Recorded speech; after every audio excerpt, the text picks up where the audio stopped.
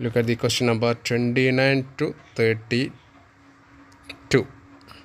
That is answer any two question. Answer any two in about 100 words. Each carries 6 score. ഓരോന്നിനും 6 മാർക്കിൻ്റെ 2 എണ്ണം എഴുതിയാൽ മതി. ഇത്ര ക്വസ്റ്റ്യൻ ഉണ്ടാവും, 4 ക്വസ്റ്റ്യൻ കേട്ടോ. 4 എണ്ണത്തിൽ 2 ആണ് പറയുന്നത്. നോക്കാം എന്താ ക്വസ്റ്റ്യൻ എന്താണ്. Swaraj Venjaramoodu, the cine actor, this bagged the state award for the best actor in 2020 for his role in the movie android Kunjappan. അല്ലേ, ആൻഡ്രോയിഡ് കുഞ്ഞപ്പനിൽ അവാർഡ് കിട്ടിയിട്ടുള്ള സ്വരാജ് വെഞ്ഞാറമൂടിനോട് എന്ത് ചെയ്യാനാണ്, you get a chance to interview ഉണ്ടോ, ഇൻ്റർവ്യൂ ചെയ്യാനുള്ളൊരു ചാൻസ് കിട്ടി. Prepare 6 question for the interview. Question മാത്രമേ പറഞ്ഞിട്ടുള്ളൂ. Prepare 6 question for the interview. 6 മാർക്കാണ്. 6 ക്വസ്റ്റ്യന് ഓരോ മാർക്ക് വീതം ഓരോ ക്വസ്റ്റ്യൻ ഉണ്ടാവില്ലേ, ആ രൂപത്തിലാണ് കൊടുത്തിട്ടുള്ളത്. അപ്പോൾ നമുക്കറിയാം അല്ലേ, എങ്ങനെ നമ്മൾ ചോദിക്കുക, അദ്ദേഹത്തോട് കുറച്ച് ക്വസ്റ്റ്യൻസൊക്കെ നമുക്ക് എങ്ങനെ ചോദിക്കാൻ കഴിയും, നിങ്ങൾ പറയൂ അല്ലേ. ഗുഡ് മോർണിംഗ് എന്ന് ആദ്യം പറയും അല്ലേ, ആദ്യം ഒന്ന് വിഷ് ചെയ്യൂലേ, ഗുഡ് മോർണിംഗ് അല്ലേ. I know that you are one of the most talented actors in Kerala. നേരിട്ട് നമ്മൾ ചോദ്യം ചോദിക്കുന്നതിന് മുന്നായിട്ട് 1-2 കാര്യങ്ങൾ പറയുക, ഒരു കാര്യം പറയുക, എന്നിട്ട് ക്വസ്റ്റ്യൻ ചോദിക്കുക കേട്ടോ. അപ്പോൾ ആകുമ്പോൾ നമുക്ക് എന്ത് ചെയ്യും, പിന്നെ ഡയറക്റ്റ് ക്വസ്റ്റ്യൻ മാത്രമല്ല, കാരണം 6 മാർക്കാണല്ലോ അല്ലേ. 6 മാർക്കിന് വെറുതെ ഒരു സിമ്പിളായ വളരെ ചെറിയ 6 വരിയിൽ എഴുതി വെക്കുന്നതിനേക്കാളും നല്ലതാണ് നമ്മൾ ആദ്യം ഒന്ന് അദ്ദേഹത്തെ ഒന്ന് പുകഴ്ത്തിയിട്ടുള്ളൊരു ക്വസ്റ്റ്യൻ ചോദിക്കുക എന്നുള്ളതാണ് കുറച്ചുകൂടി നല്ലത് അല്ലേ. ആദ്യം ഒരു സ്റ്റേറ്റ്മെൻറ്റ് പറയാം അല്ലേ, എന്നിട്ട് അതുമായിട്ട് ബന്ധപ്പെട്ടൊരു ക്വസ്റ്റ്യൻ ചോദിക്കുക. അങ്ങനെയാണ് സാധാരണ സ്റ്റാൻഡേർഡ് ഇൻ്റർവ്യൂസൊക്കെ ഉണ്ടാവും അല്ലേ. അതായത് I know that you are one of the most talented actors in Kerala അല്ലേ, കേരളത്തിലെ ടാലൻറ്റ് ആക്ടേഴ്സ് ആയ താങ്കൾ എന്നൊരു ക്വസ്റ്റ്യൻ ചോദിക്കുക. How and when you come to the film field അല്ലേ, എങ്ങനെയാണ് എപ്പോഴാണ് താങ്കൾ ഈ ഫിലിം ഫീൽഡിലേക്ക് എത്തിപ്പെടുന്നത്. How and when you come to the cine screen എന്നോ അല്ലെങ്കിൽ ഫിലിം ഫീൽഡ് എന്നൊക്കെ ചോദിക്കുക. എന്താണ് how and when you come to the film field.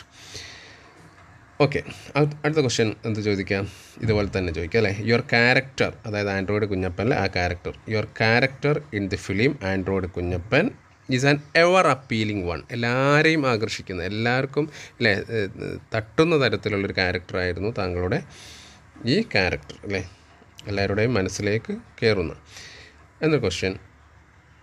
How do you evaluate your performance in the film അല്ലേ, താങ്കളുടെ ആ ഫിലിമിൽ താങ്കളുടെ പെർഫോമൻസ് എങ്ങനെ വിലയിരുത്തുന്നു. How do you evaluate. ഇവിടെ നിങ്ങൾ മനസ്സിലാക്കേണ്ട ഒരു കാര്യം, നിങ്ങളോട് ചോദിച്ചിരിക്കുന്ന 6 ക്വസ്റ്റ്യൻ ചോദിക്കാനാണ്. അപ്പോൾ ഇവിടെ ചോദ്യത്തിൻ്റെ മെയിനായിട്ടുള്ള ഉദ്ദേശം തന്നെ നിങ്ങൾ ക്വസ്റ്റ്യൻ ഉണ്ടാക്കാൻ അറിയുമോ എന്ന് നോക്കാൻ വേണ്ടിയിട്ടാണ്. ഇതിൻ്റെ മുമ്പേ ഇങ്ങനെ ഒരു ക്വസ്റ്റ്യൻ നമ്മൾ പറഞ്ഞിട്ടുണ്ടല്ലോ.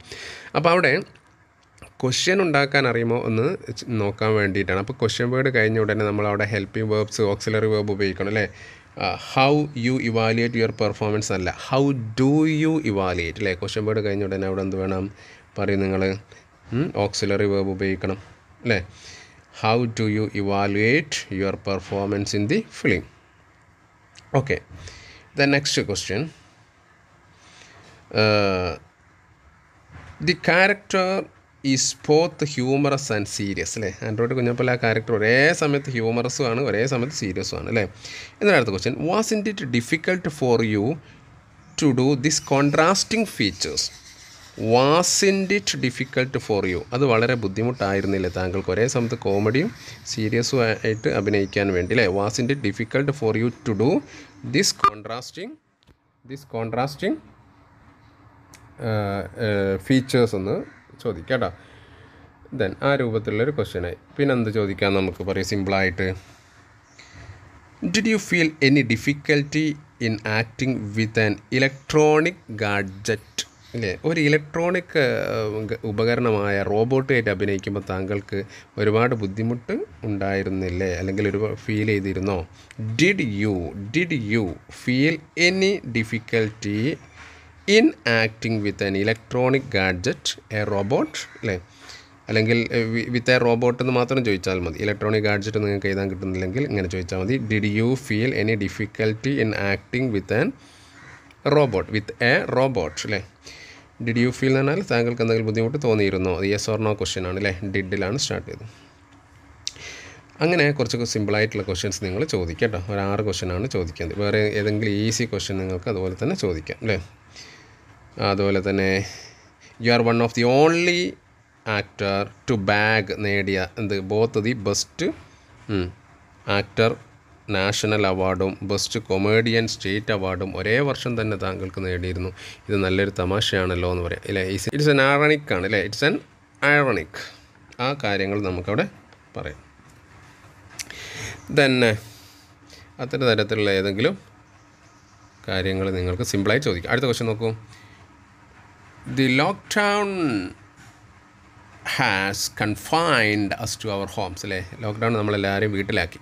But it's important to be physically fit and active. പക്ഷേ ഫിസിക്കലി ഫിറ്റ് ആൻഡ് ആക്റ്റീവ് ആകുന്നതിൽ വളരെ അത്യാവശ്യമാണ് അല്ലേ. അപ്പോൾ നമ്മളെല്ലാവരെയും വീടിൻ്റെ ഉള്ളിൽ അടിച്ചു ഈ ലോക്ക്ഡൗൺ കാലഘട്ടം അല്ലേ. But it is important to be physically fit and active. Write and magazine article on the topic. അപ്പോൾ മാഗസിനിലേക്ക് ഒരു ആർട്ടിക്കിളായിട്ട് ഏത് ടോപ്പിക്കിനെ കുറിച്ച് എഴുതാനാണ്? The importance of physical exercise for good health. The importance of physical exercise for good health. ഇതാണ് വിഷയം കേട്ടോ. നമുക്ക് എല്ലാവർക്കും അറിയാലേ ഫിസിക്കൽ എക്സസൈസ് ഗുഡ് ഹെൽത്ത് ഉണ്ടാക്കും എന്നുള്ള കാര്യം നമുക്കറിയില്ലേ. അപ്പോൾ നമ്മൾ എന്ത് ചെയ്താൽ അപ്പോൾ അതിലേക്കുള്ള പോയിൻറ്റുകൾ നമ്മളറിയാം. ഈ ചോദ്യം വായിച്ച ഉടനെ കുറച്ച് പോയിൻറ്റ്സുകൾ നമ്മളെ മൈൻഡിലേക്ക് കടന്നു വന്നാൽ മതി. പിന്നെ അതിങ്ങനെ എലാബറേറ്റ് ചെയ്താൽ മതി നമുക്കല്ലേ. ഒരു 6 മാർക്കിനാകുമ്പോൾ ഒരു 3 പാരഗ്രാഫ് എഴുതിയാൽ മതിയാവും കേട്ടോ. ഒരു കാര്യങ്ങൾ നമ്മൾ എഴുതാം. അപ്പോൾ എന്തൊക്കെ അതിലേക്ക് നമ്മൾ പോയിൻ്റായിട്ട് ഓർക്കേണ്ടത് അല്ലേ.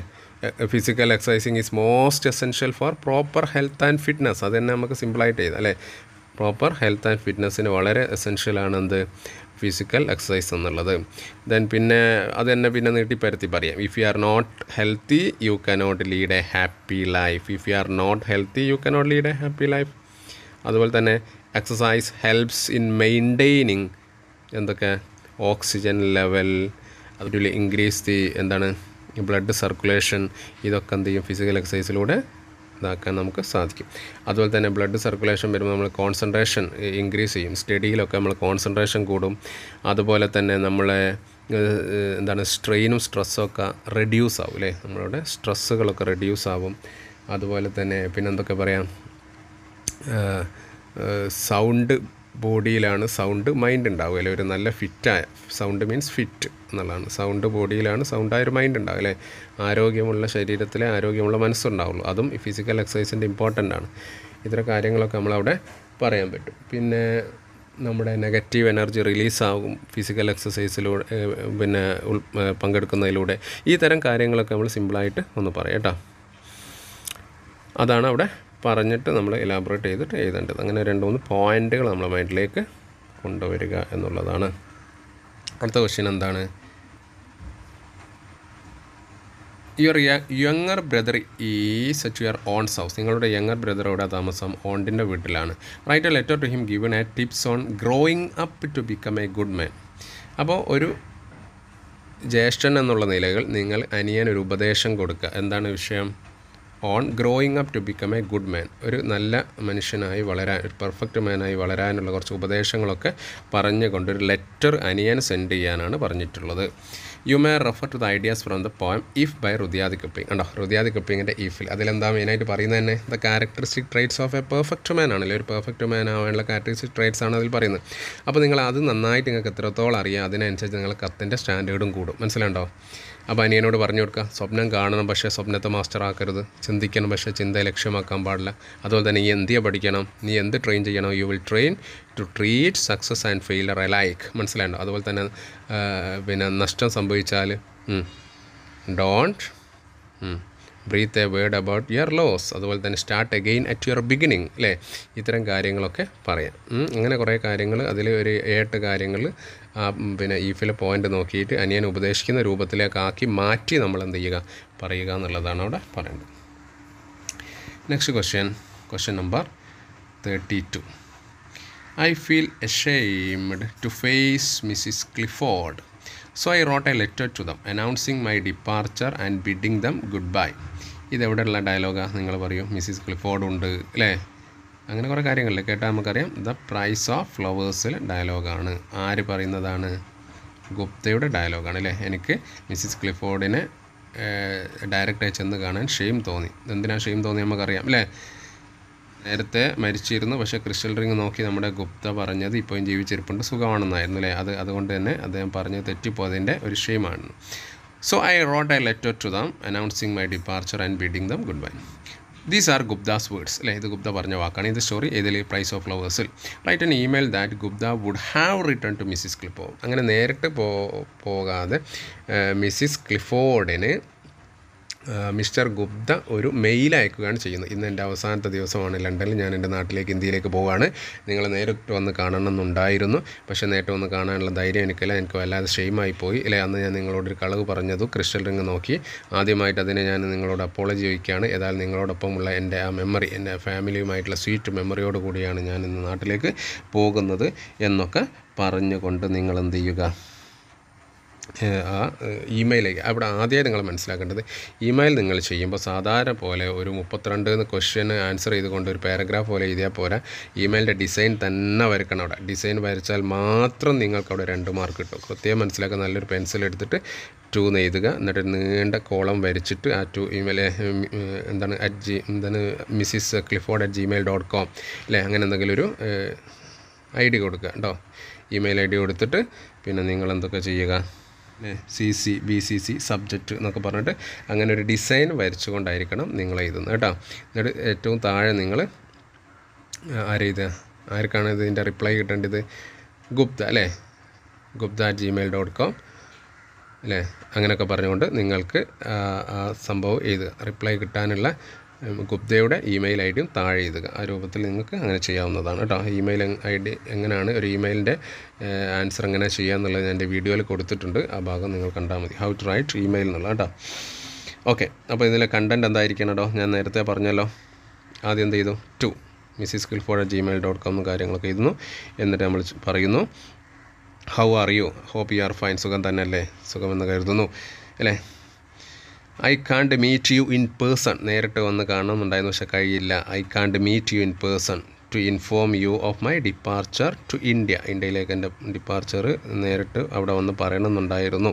ഐ വിഷ് ഐ കുഡ് അല്ലേ, ഞാൻ ഒരുപാട് ആഗ്രഹിച്ചിരുന്നു. But I am ashamed of facing, പക്ഷേ നിങ്ങളെ കാണാൻ എനിക്ക് വല്ലാത്ത നാണമാണിപ്പോൾ. ഐ ഷുഡ് അഡ്മിറ്റ് അല്ലേ. Then I had lied to you and gave a false hope, നിങ്ങൾക്കൊരു വല്ലാത്ത പ്രതീക്ഷ ഞാൻ തന്നുപോയി. എന്ത് പറഞ്ഞുകൊണ്ട്, that your son is alive, നിങ്ങളുടെ മകൻ ജീവിച്ചിരിപ്പുണ്ടെന്ന് പറഞ്ഞ് ഞാൻ നിങ്ങൾക്ക് വലിയ പ്രതീക്ഷ തന്നു. എനിക്കിപ്പോൾ അതിൽ സങ്കടമുണ്ട്. It was all a lie, അതിലൊരു കളവായിരുന്നു. Firstly I apologise for that, ആദ്യമായി ഞാൻ അതിന് നിങ്ങളോട് ക്ഷമാപണം ചോദിക്കുകയാണ്. എന്നൊരു നല്ല വിഷയത്തിലേക്ക് വരികയാണ്, സോപ്പിടുകയാണ്.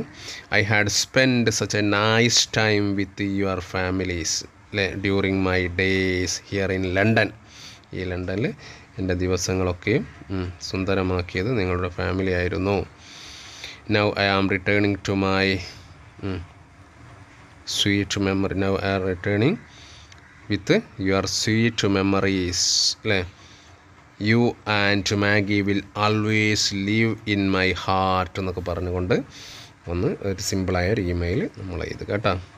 വിത്ത് ലവ് എന്ന് എഴുതുക. ലാസ്റ്റ് നമ്മൾ യുഎസ് ഫെയ്ത്ത്ഫുള്ളി എന്നൊക്കെ ഇതുപോലെ ആ സ്ഥാനത്ത് എന്ത് ചെയ്താൽ വിത്ത് ലവ് എന്ന് എഴുതുക അല്ലേ. എന്നിട്ട് മിസ്റ്റർ ഗുപ്ത എന്ന് എഴുതുക. മിസ്റ്റർ ഗുപ്ത നേരത്തായ gupta@gmail.com താഴെ നിങ്ങൾക്ക് ആ രൂപത്തിലായിരിക്കണം നിങ്ങളുടെ മെയിൽ അയക്കേണ്ടത്. അടുത്ത ക്വസ്റ്റ്യനിലേക്ക് നമ്മൾ വരുമ്പോൾ വലിയ ക്വസ്റ്റ്യനാണ് കേട്ടോ. അവിടെ ക്വസ്റ്റ്യൻസ് 33 to 38 അല്ലേ, 6 ക്വസ്റ്റ്യൻ ഉണ്ടാവും അല്ലേ.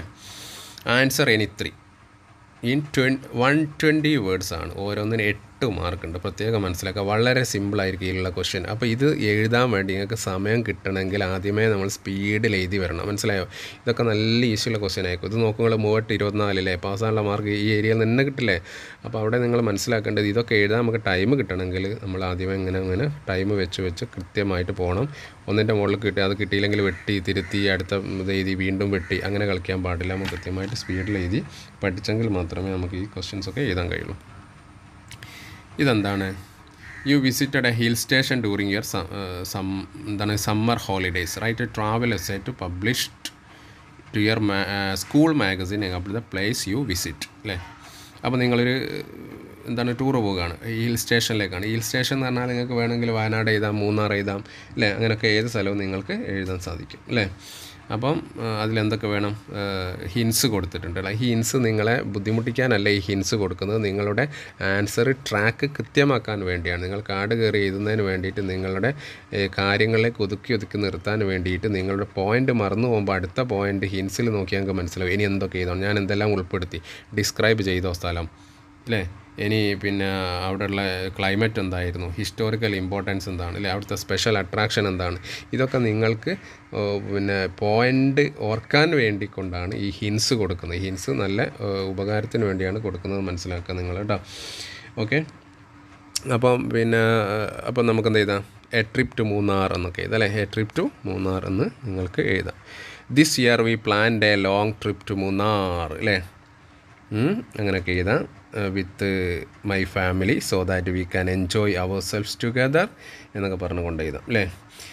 It was a hot day when we started, ഞങ്ങൾ തുടങ്ങിയ സമയത്ത് യാത്ര പുറപ്പെട്ടപ്പോൾ നല്ല ഹോട്ട് ഡേ ആയിരുന്നു. Our trip from our home town but as we moved, പക്ഷേ ഞങ്ങൾ ഇങ്ങനെ യാത്ര തുടർന്നപ്പോൾ ഞങ്ങൾക്ക് വല്ലാതെ കൂളായി അല്ലേ. On our way we enjoyed കേട്ടോ. അവിടെ ഈ ട്രാവൽ ഒക്കെ പോകുന്ന സമയത്ത് അവിടെ എത്തിയിട്ടുള്ള സ്ഥലം മാത്രം പറഞ്ഞ് തുടങ്ങണമെന്നൊന്നുമില്ല. നിങ്ങൾക്ക് യാത്രയിലുടനീളം നിങ്ങൾ കണ്ട കാഴ്ചകൾ മുതൽ വരെ നിങ്ങൾക്കതിൽ പറയാൻ പറ്റും. യാത്ര പുറപ്പെട്ട മുതലുള്ള വഴിയിൽ കണ്ട കാഴ്ചകൾ വരെ ട്രാവൽ എസ്സേയിൽ നമുക്ക് ഉൾപ്പെടുത്താം.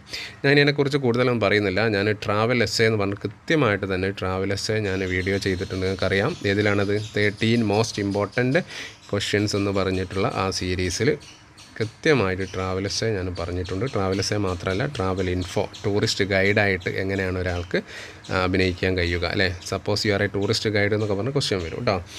അപ്പോൾ ആ തരം കാര്യങ്ങളൊക്കെ ഞാൻ എഴുതിയിട്ടുണ്ട്. അപ്പോൾ നിങ്ങൾ മൂന്നാറിലേക്ക് പോയിട്ടുള്ള കാര്യങ്ങൾ നിങ്ങൾക്ക് വേണമെങ്കിൽ എഴുതാം. We enjoyed the flora and fauna അല്ലേ, വൃക്ഷലതാദികൾ, valleys, hills and waterfalls.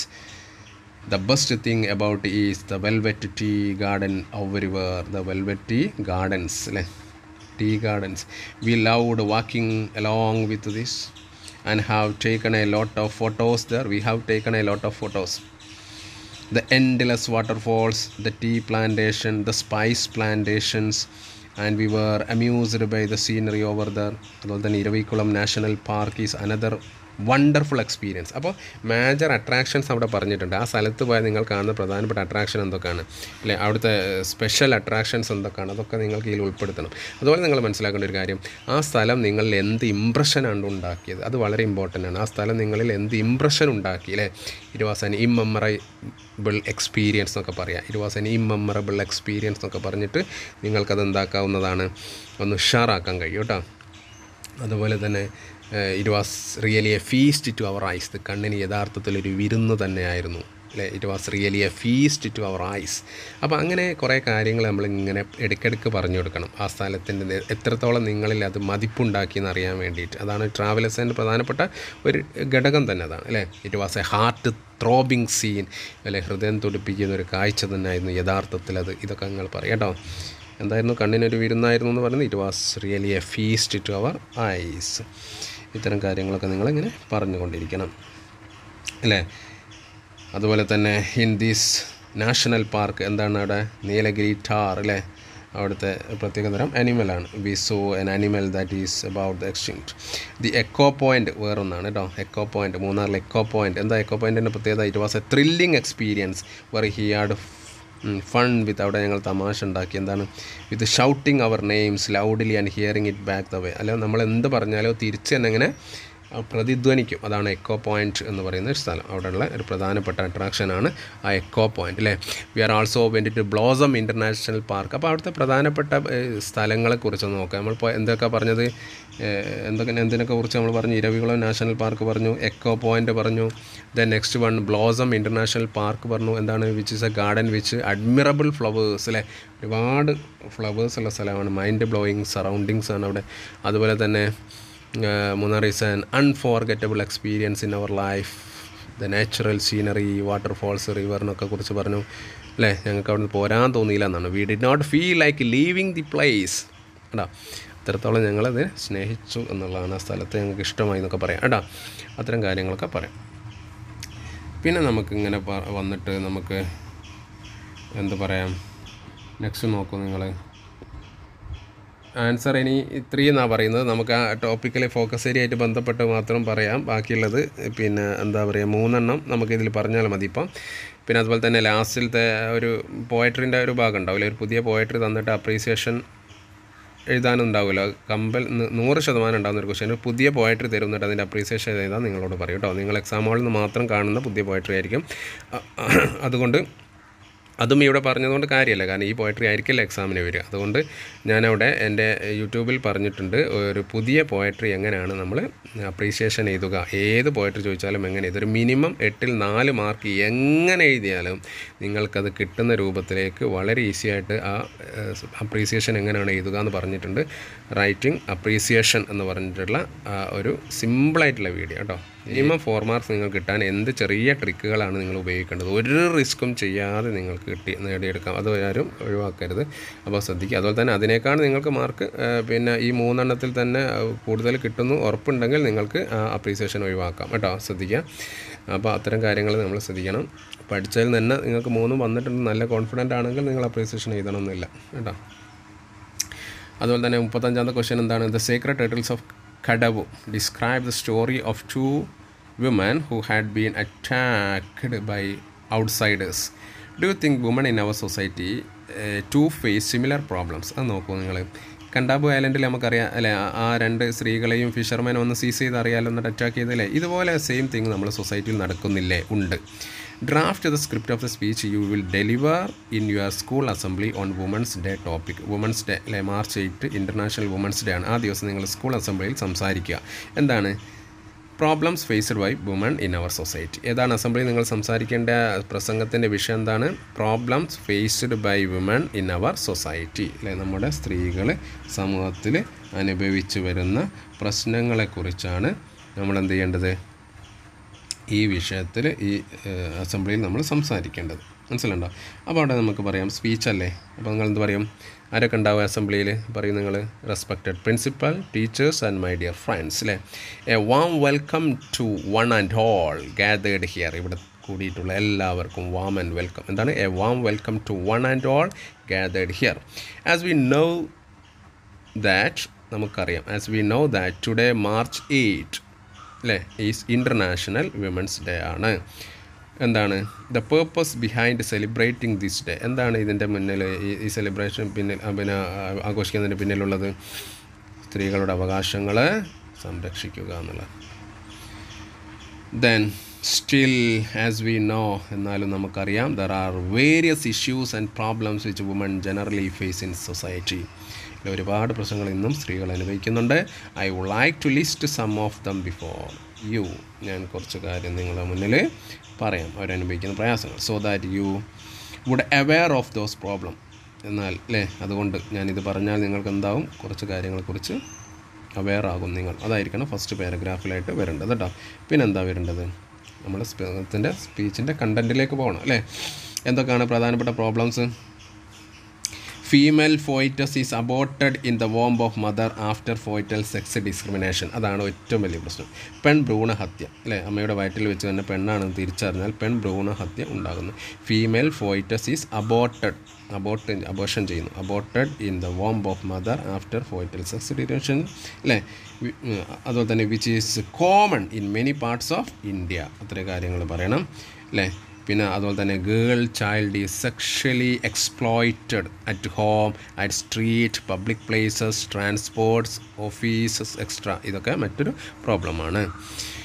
Then dowry system is another huge woman problem അല്ലേ. ഇപ്പോൾ നമ്മൾ റീസെൻ്റായി കേട്ടുകൊണ്ടിരിക്കുകയാണ് കേരളത്തിൽ ഒരുപാട് വാർത്തകൾ അല്ലേ, സ്ത്രീധനവുമായി ബന്ധപ്പെട്ടുകൊണ്ട്. Dowry system is another huge woman problem which is increasing day by day. ഒക്കെ മറന്നുകൊണ്ട് എഴുതണം. വിമൺ ആർ ഇൽ ട്രീറ്റഡ് അല്ലേ, ഡിസ്റെസ്പെക്റ്റഡ്, ടോർച്ചർ ചെയ്യപ്പെടുന്നു, suffer other cruelties, they are facing so many sufferings അല്ലേ പറയണം. പിന്നെ level of women education is very less than men അല്ലേ, still in the modern age. ഇപ്പോഴും വിമൻ എഡ്യൂക്കേഷൻ്റെ ലെവൽ കുറവാണ്. Parents of rural sector in India feel that girl child is to be kept inside the 4 walls of the house. ഇത്തരം കാര്യങ്ങളൊക്കെ പറയാം കേട്ടോ. Parents of rural sector അല്ലെ, ഗ്രാമീണ അന്തരീക്ഷത്തിലെ രക്ഷിതാക്കളും കാര്യങ്ങളൊക്കെ ഇപ്പോഴും ഗേൾ ചൈൽഡ് എന്തിനു വേണ്ടി മാത്രം കെപ്റ്റ് ചെയ്യപ്പെട്ടവരാണെന്ന് വിചാരിക്കുന്നു? Child is to be kept inside the 4 walls of the house. Domestic violence is another common problem. Domestic violence is the another common problem അല്ലേ. ഗാർഹിക പീഡനങ്ങൾ, ഗാർഹിക പ്രശ്നങ്ങൾ, ഇതൊക്കെ അനദർ പ്രോബ്ലമാണ് അല്ലേ. ഒരുപാട് സ്ത്രീകൾ ഇന്നും അനുഭവിക്കുന്ന പ്രശ്നങ്ങളാണ്. There are strict laws against this issue put forward by our government. ഒരുപാട് നിയമങ്ങളുണ്ട്, പക്ഷേ ഇതൊന്നും എന്തല്ല ഇപ്പോഴും സ്ട്രിക്റ്റ് അല്ലാത്തത് കൊണ്ട് പാലിക്കപ്പെടുന്നില്ല എന്നുള്ളതാണ്. Still woman are suffocated by their husband, relative and their family members. Early marriage of girls in a tender age അല്ലേ, വളരെ ഇളം പ്രായത്തിൽ തന്നെ ഉള്ള വിവാഹം. Early marriage of girls is another problem. അതുപോലെ തന്നെ inadequate nutrition in childhood effect the growth of the development of girl child. അതുപോലെ തന്നെ വേണ്ടത്ര പോഷകാഹാരങ്ങൾ കിട്ടാത്തതിൻ്റെ പ്രശ്നമുണ്ട്. Inadequate nutrition. The most parts of the north India girl child is neglected and not given adequate food. Women are considered inferior to men in certain social platform.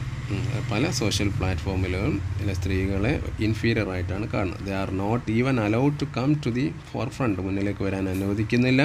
They are treated poorly and forced to wear white clothes. Women are considered as weaker sections of society. Women are considered as weaker section of society than men and given less importance. This had been a practice from ancient days because of this patriarchal family system കൊണ്ടാണ് ഇതൊക്കെ സംഭവിക്കുന്നത്. ഉണ്ടോ? Gender discrimination effect almost all the areas in our life. ഇതൊക്കെ പറയാം, കുറേ ഇഷ്യൂസായിട്ട് പറയാം. എന്നിട്ട് പിന്നെ പറയാം ഇറ്റ് ഈസ് ഹൈ ടൈം അല്ലേ, സമയം അതിക്രമിച്ചിരിക്കുന്നു, ഇതൊക്കെ മാറേണ്ട സമയം കഴിഞ്ഞിരിക്കുന്നു. It is high time we must raise our voice against these issues. Let us rejoins our hands to bring Indian women to forefront of the scenario so that they develop confidence അല്ലേ. ഇതൊക്കെ നമ്മൾ മാറ്റിയെടുക്കണം, എന്നിട്ട് നമ്മൾ കൈ കോർക്കണം. Let us rejoins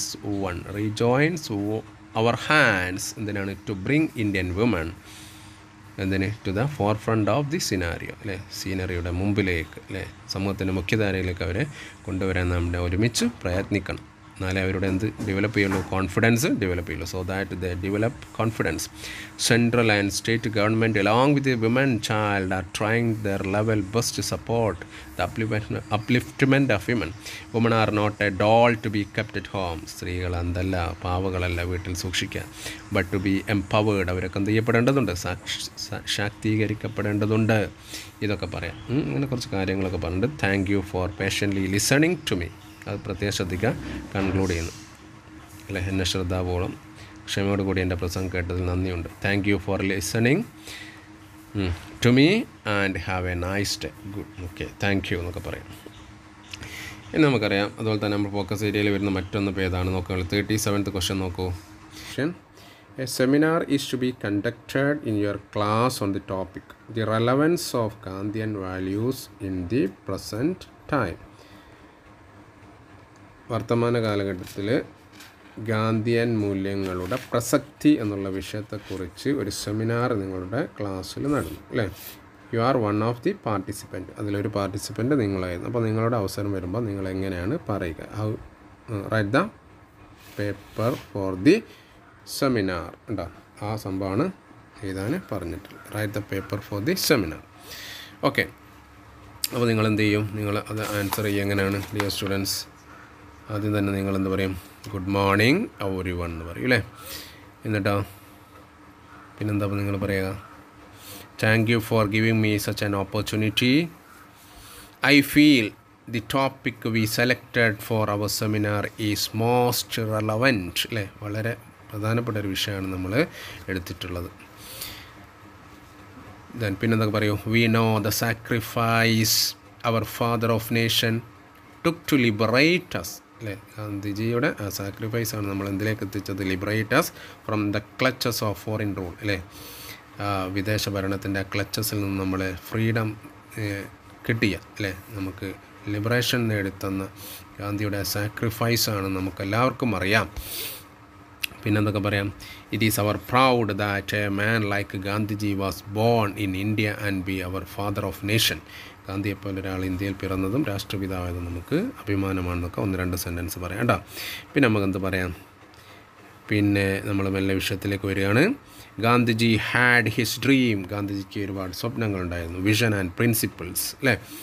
Gandhiji had his dreams, vision and principle. അങ്ങനെ principle ഏതൊക്കെയാണ് നമ്മൾ ഐഫോൺ കൊടുത്ത് എഴുതണം. എന്തൊക്കെയാണ്? അഹിംസ അല്ലേ. Ahimsa means non violence. Non violence എഴുതിയാലും മതി കേട്ടോ. ട്രൂത്ത്, അതുപോലെ തന്നെ കമ്മ്യൂണൽ ഹാർമണി, ഇക്കണോമിക് കോൺസെപ്റ്റ്. അപ്പോൾ എന്താണ് നമ്മുടെ സെമിനാറിൻ്റെ കാതലായ വശം? ഇത്രയും അദ്ദേഹത്തിൻ്റെ വിഷനും മൂല്യങ്ങളൊക്കെ ഇന്നും പ്രധാനപ്പെട്ടതാണ്, ഇന്നും നമ്മൾ ചർച്ച ചെയ്യപ്പെടുന്ന വിഷയമാണെന്നുള്ളതാണ് പറയുന്നത് അല്ലേ. അഹിംസ, ട്രൂത്ത്, കമ്മ്യൂണൽ ഹാർമണി, എക്കണോമിക് കോൺസെപ്റ്റൊക്കെ പറയാം. അതുപോലെ തന്നെ അൺടച്ചബിലിറ്റി അല്ലേ, ഇത്തരം വിഷയങ്ങളൊക്കെയാണ് പറയുന്നത്.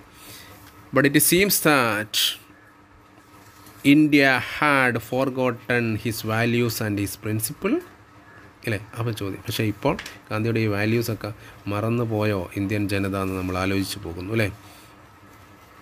അതുപോലെ തന്നെ it is outdated, are they relevant, ഇതൊക്കെ വളരെ റെലവൻ്റ് അല്ലേ ഇന്നും എന്ന് ചോദിക്കുക. Are they relevant? Yes, it can and never will be അല്ലേ. ഒരിക്കലും അതിൻ്റെ സ്ഥാനങ്ങളൊന്നും നഷ്ടപ്പെടുകയില്ല.